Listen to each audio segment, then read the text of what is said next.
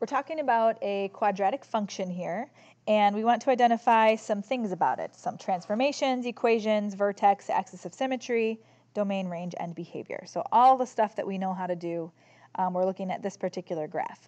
So the first thing I want to pay attention to are my transformations. In the parent function, I'll draw a quick picture here.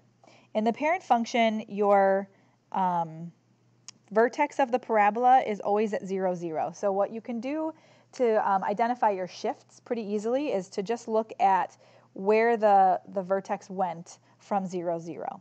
So like I said, it's normally here at 0, 0. And in our new equation, our new function, it's moved down here to negative 4, negative 4. So the first thing I'm going to do is I'm going to count from the parent function vertex. We moved left 4 and then also down 4. And if you look at your vertex point, you can kind of see that too. So we went left 4 and down 4.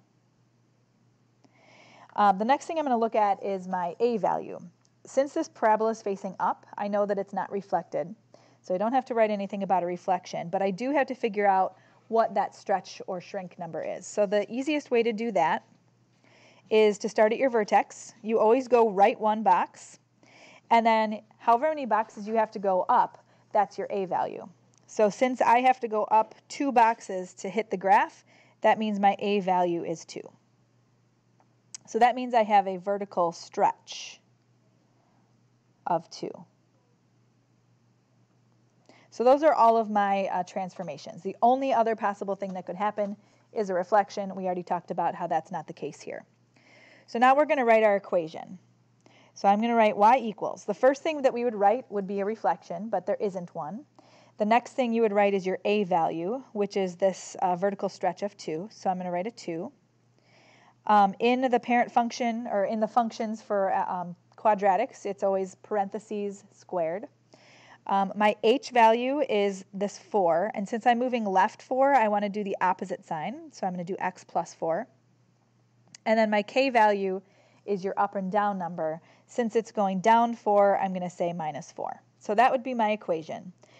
Vertex we already talked about, so I'm just going to copy it down. It's this point right here, negative 4, negative 4. Axis of symmetry is always going to be x equals, and then it's always going to be the number that's the x value of your vertex. So since the x value of my vertex was negative 4, the axis of symmetry is x equals negative 4. And that would just be like a dotted line that goes right through the middle of your parabola, or right through the x value of your parabola. All right, last thing we need to talk about are domain, range, and end behavior. The domain of this function would be all real numbers, because if I followed this graph forever and ever, it would keep getting wider and wider, so farther to the left and right forever. So the domain is all real numbers.